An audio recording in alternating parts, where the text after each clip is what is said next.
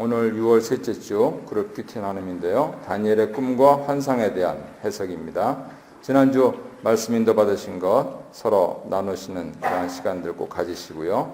초신자들이 있을 때는 좋아하는 스포츠팀이 고군분투해서 승리했던 그러한 기억이 있으면 서로 나눠보도록 하면 좋겠습니다. 연세 있으신 어르신들은 우리 군산상고 1 아마 봉황기인가요? 청룡기인가요? 그때 일 아마 기억을 하실 겁니다. VMR 245 대단하죠. 그래서 역전의 명수라고 하는 그러한 명칭을 얻었었는데요. 우리 성도님들의 삶이 그와 같다 하는 것이 다니엘서 곳곳에 나와 있습니다. 꿈을 해석해 주던 다니엘이 이제 꿈을 꾸고 번민하는 차례입니다. 말씀을 나눠 보겠습니다. 천사 중에 하나가 환상에 대한 해석을 알려줍니다. 네 큰 짐승은 무엇을 상징합니까? 세상에 일어날 네 왕을 가리킵니다. 성경의 여러 상징적인 숫자 가운데 3, 7, 12는 완전수로서 하나님과 관련된 그러한 것을 가지고 있고요. 지상에서의 완전수는 10, 그리고 동시에 4자도 있습니다. 그래서 사방, 팔방이라고 하는 용어도 있고요. 그래서 동서남북 사방의 네 귀퉁이에서 일어나는 그러한 왕들을 가리킵니다. 다니엘서 전체 체제로 보면은 7장부터 후반부가 시작이 됩니다. 7장은 다니엘이 노인이 되었을 때 본인이 직접 받은 계시인데 그 계시를 받았을 당시는 이제 저 앞서 소년 시절에 꿈을 해석했던 대로 금머리인 바벨론 시대가 지나가는 어떻게 보면은 전환기였습니다. 그 전환기에 하나님께서 나로 하여금 해석하게 하신 이 역사가 지나가는구나 라고 하는 그러한 강한 느낌을 가졌을 것입니다. 그런데 중요한 것은 이제 새 시대가 올 것인가 아니면은 옛 시대가 반복할 것인가 하는 부분들에 대해서 잘 이제 분간을 해야 되겠죠. 믿는 사람들은 그 부분들을 기도하면서 말씀 보면서 해내는 사람들입니다. 그래서 믿는 사람들은 지혜를 사모해야 되는데 우리가 사모하는 지혜는 시대를 분별하는 그러한 지혜가 되겠습니다. 특별히 다니엘처럼 이 대선지시죠. 이분은 환상을 통해서 온 세상에 대한 그러한 지혜를 받으셨습니다. 그런데 그것이 온 세상과 관련된 만큼 다니엘의 번민 그리고 근심은 클 수밖에 없었죠. 천사의 도움을 받아서 해석을 들었는데 네 큰 짐승은 네 왕을 가리킵니다. 성경적으로 보면은 바벨론, 메데, 바사, 페르시아, 헬라, 로마라고 하는 5개 나라가 등장하는데 어려서부터는 저는 로마까지 이렇게 쭉 들었습니다.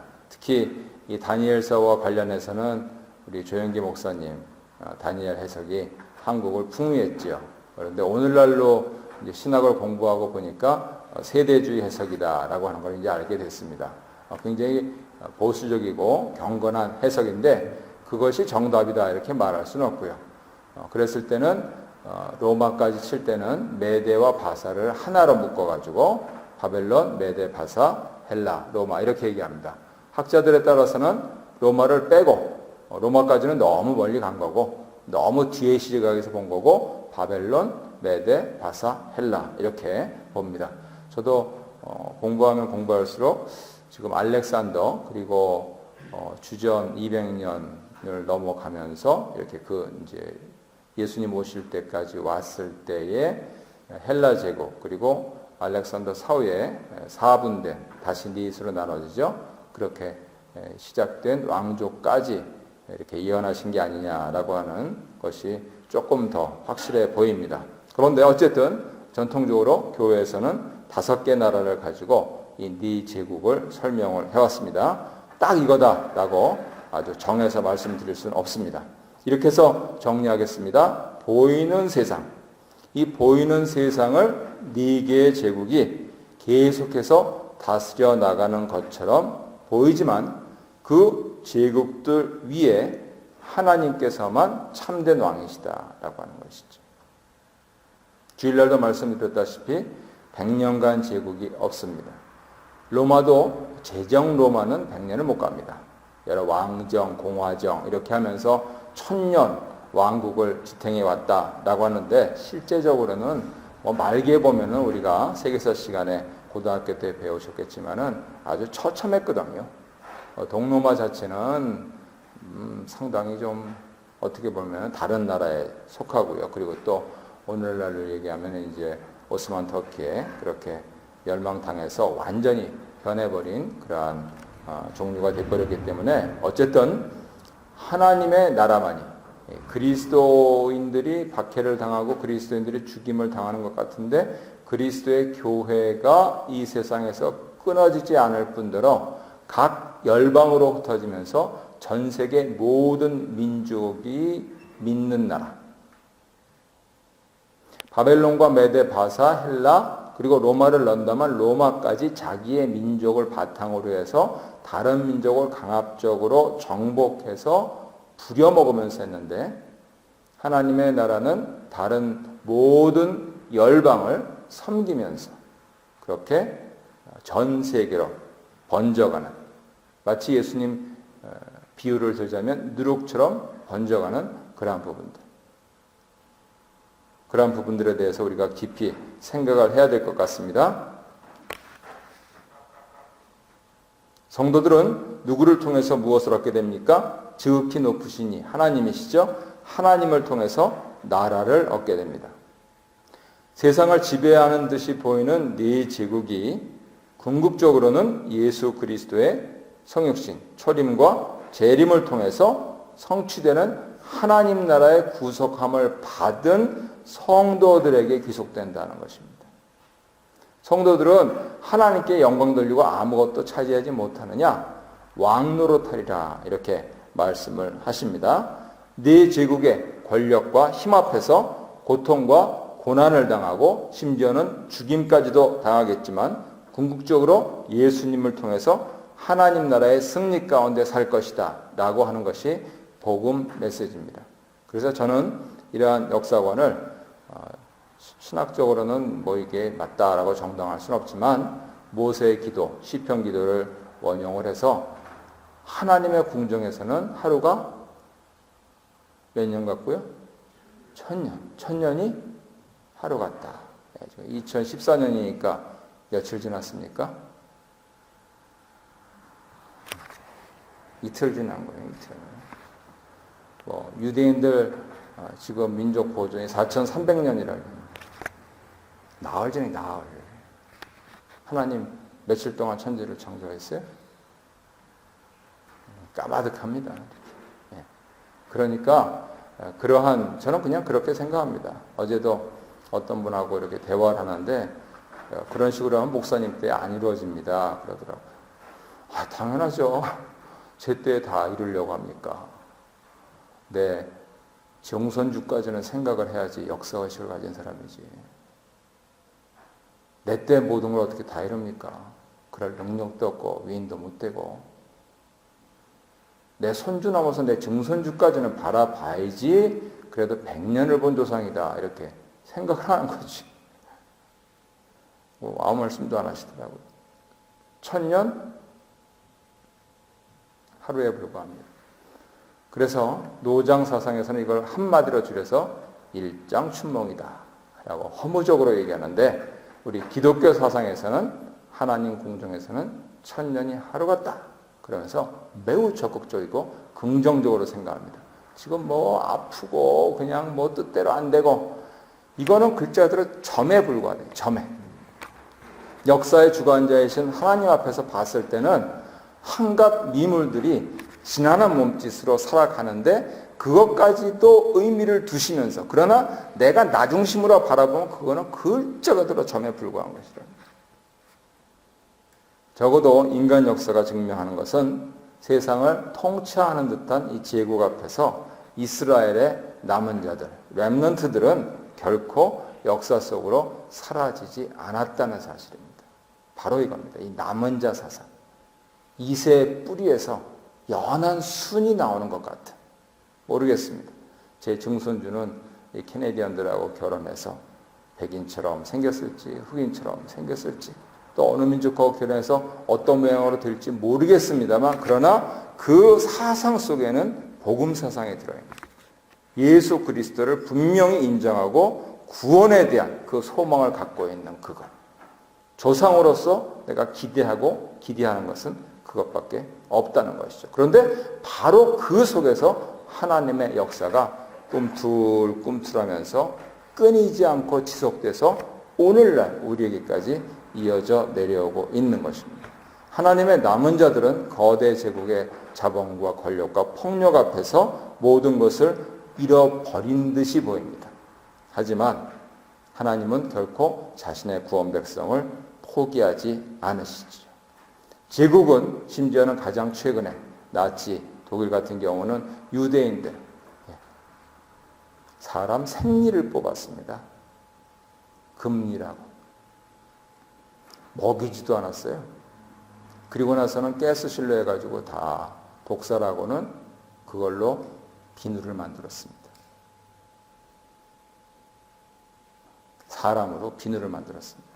그 먹이지 않은 뼈밖에 없는 사람들한테서 무슨 기름이 있습니까? 그래도 짜니까 기름이 나왔습니다. 바로 그거를 텔아비브나 곳곳에 우리 조상들이 이렇게 살았다 그래가지고 국민학교 다니는 아이들은 반드시 견학하게 합니다.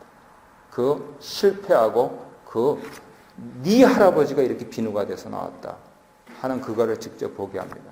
그거에 비하면 우리나라 일제 교육은 아주 엉망입니다. 그렇게 빨리 잊어버릴 수가 없습니다. 절대 안 있습니다. 그래서 일장춘몽을 살아가나 궁극적으로 모든 것을 기억하시는 분이 있으시다라고 하는 부분들, 이게 신앙입니다. 내 때는 안 되는데 내 자식의 자식 때는 된다라고 하는 것이 이것이 신앙입니다. 그래서 결국 생존, 아니 생활의 기회를 얻는 것, 그것이 이스라엘의 남은 자들입니다. 다니엘 역시 고관 대작이 됐다라고 한 말해서 무슨 다니엘 무슨 운동하고 이러는데 실제적으로 그분은 처절한 삶을 살아간 거예요. 항상 죽음의 위협 앞에서 항상 이 포로 출신의 왕들조차 그럽니다. 저 유대 땅에서 사로잡혀온 자 다니엘 이렇게 얘기를 하지 않습니까? 그처럼 그는 이방 땅을 살았습니다. 하지만 그는 자신이 관리로서 충성을 다하고 있는 그 왕 위에 진짜 왕이 계시다라고 하는 그 사상으로 살았습니다. 결국 사자굴에 들어가는 그것을 감수한 게 아니에요. 당연히 이제 이만큼 살았으면 되는데 더구나 하나님은 이로 잘 살았는데 내가 여기서 내 신앙을 타협하느냐? 천만의 말씀입니다. 왕의 어인 그따위라고는 얘기를 합니다. 관리니까는요. 하지만 그것보다도 더 무서운 하나님의 심판책이 있다. 하나님의 생명책이 있다라고 하는 것을 뚜렷이 인식하고 사는 것이고 우리가 다니엘서를 오늘날 읽고 있고 묵상하는 이유도 바로 성도로서 교회로서 그렇게 살아드리겠다라고 하는 것을 재다짐하는 것, 바로 그것의 다름 아닙니다. 그래서 하나님 나라의 신비를 바라보면서 성도로서 교회로서 이리 치이고 저리 굴리고 하더라도 결국은 내가 산다, 내가 남는다라고 하는 이것이 남은 자 사상입니다. 이때 소속을 분명히 하셔야죠. 그렇습니다. 다들 양다리 걸치고 살아요. 그죠? 주일날 와서 예배 드리고 6일 동안 열심히 또 이렇게 좋아하시는 거 하고 다 양다리 걸치고 사는데 그러나 정신은 분명히 하셔야 되죠. 내 마음은 분명히 하셔야죠. 내 머리, 손과 발, 가슴은 분명히 하셔야죠. 내가 소속이 어디냐 이렇게. 나는 하나님 나라 소속이다.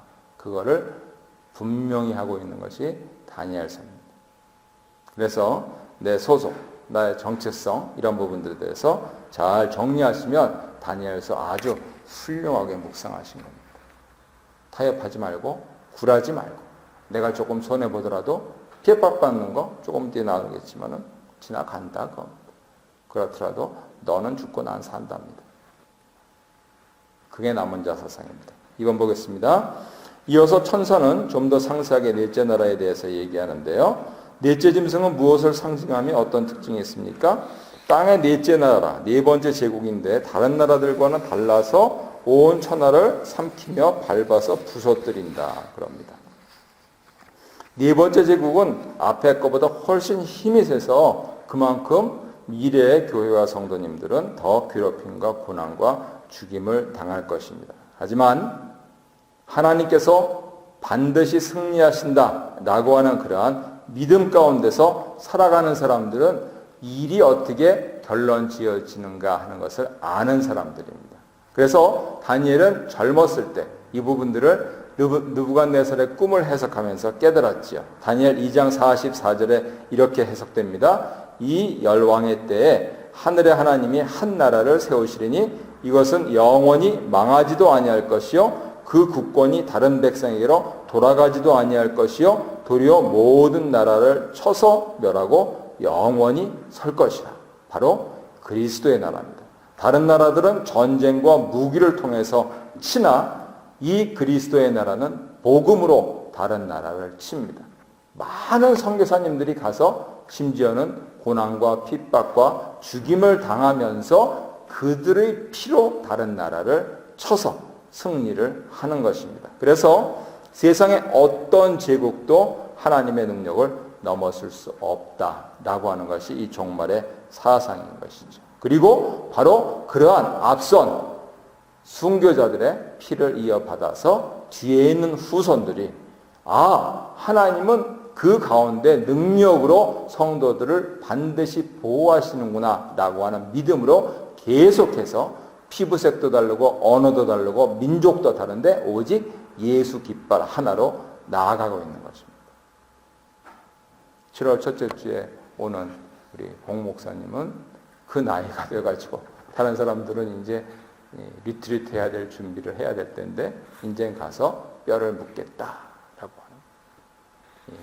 베트남은 저의 선친도 원조 기러기 하면서 참전하고 그다음에 제대하고 나서도 계속 또 거기 근무하시고 해가지고 10년 이상 계셨던 곳이라서 다른 데는 몰라도 꼭 한번 가보고 싶은 데입니다. 그래서 다른 어떤 교회보다도 우리 교회에서 제일 먼저 오시라고 했습니다.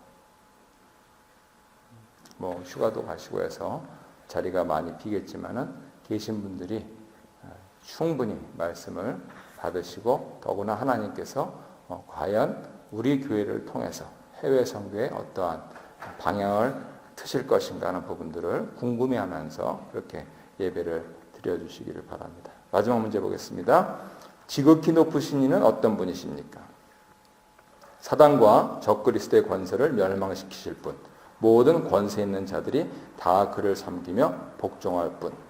그래서 계속 강조해서 말씀드립니다만 보이는 세상에서는 제국이 이긴 것 같은데 종국에는, 그래서 항상 종말 하는 겁니다. 종말에는 하나님 말씀대로 그리고 그리스도께서 이미 승리하신 대로 세상의 모든 권세들은 주님 무릎 꿇을 수밖에 없는 것입니다. 주님 앞에 무릎 꿇을 수밖에 없는 것입니다. 시편에서도 예언하셨고 예수님께서 잡혀가시기 전에도 그 몇 명 안 되는 사람 모아놓고 너희가 세상에서는 환난을 당하나 그러나 담대하라. 내가 세상을 이기었노라 라고 진술을 하셨던 것이죠. 빌라도하고 헤롯 앞에서는 상종할 사람들이 아니니까 말씀들을 안 하셨어요. 진리가 뭐냐라고 물었을 때는 네가 보는 것 같다 라고 말씀하시고 제자들한테서는 잠잠하게. 그러니까 인간적으로는 그거는 해석을 못하겠는 거예요. 어떻게?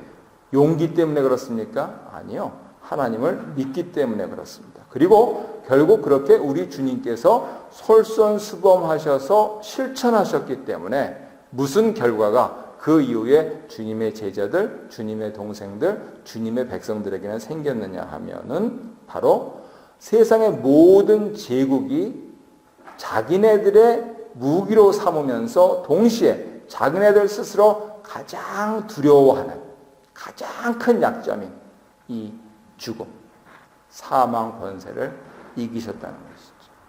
바로 이것이 기독교 복음의 승리의 원천입니다. 예수께서 사망 권세를 이기셨으니 그 뒤를 따라가는 사람들은 사망을 두려워하지 않습니다.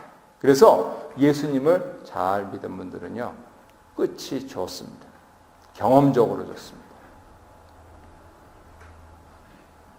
교회 오래 다니셨다고 예수님 잘 믿으신 분들은 꼭 아니신 것 같더라고요. 100%는 보장을 못하겠더라고요. 그런데 예수를 잘 믿으신 분들은 난 갈 데가 있어. 그리고 이제 이 험한 세상, 미안하다, 먼저 간다. 그렇게 하면서 아주 밝게, 그리고 천사들의 영접을 받으면서 가시는 모습들을 많이 봤습니다. 우리 교회 소망의 어르신들께서 그러한 내세에 대한 소망을 가지시면서 여기서 최선을 다해서 사시고, 그리고 끄트머리가 참 좋은 분들이 되시기를 계속해서 기도드려야 되겠죠. 정리하도록 하겠습니다. 오늘 다니엘의 환상을 통해서 우리가 꼭 기억해야 될 것은 하나님께서 온 만물의 주인이시며 만왕의 왕이시고 모든 역사를 주관하신다라고 하는 것. 그 역사 속에서 적그리스도 같은 제국들이 출현할 것이고 성도님들이 핍박을 받을 수 있다고 하는 것. 심지어는 다니엘의 전 평생 자체가 핍박받은 역사라 해도 과언이 아닌데, 그 가운데서 적지 않은 하나님께서 많은 현세적인 위로도 주시고 상도 주시고, 벨사살 같은 경우에는 그 꿈 해석하고 그러면은 그 죽어 마땅한데 상도 주시고 셋째 통치자를 삼으시지 않습니까? 그래서 결국에는 그렇게 살아남게 하실 뿐만 아니고 잘 살게 하시고, 모든 것보다도 가장 중요한 것은 하나님 심판이 반드시 있다라고 하는 것입니다. 그래서 저도 어제 저희 자녀들에게 가르쳤습니다. 반드시 복수한다. 내 힘으로 말고 하나님께서 반드시 하신다. 그런데 성경 용어로는, 사람 입장에서는 그게 복수인데 성경 용어로는 보수하신다. 하나님께서 반드시 보수하신다. 사람 복수는 되돌려주는 거죠. 하나님 보수는 갚아주시는 겁니다. 사람 복수는 한 대 치면 그만입니다. 또 들어오겠죠. 하나님 보수는 위에서. 그래서 그 사상, 무서운 사상입니다. 반드시 인다. 반드시 심판하신다. 똑바로 해라. 너부터. 그래서 그러한 하나님께서 반드시 심판하시고, 우리는 성도니까 하나님 백성답게 오늘을 살아드려야 되겠고, 하나님께서 우리의 억울함을 신원해 주실 것이다 라고 하는 것. 그것이 이 종말의 신앙인 것입니다.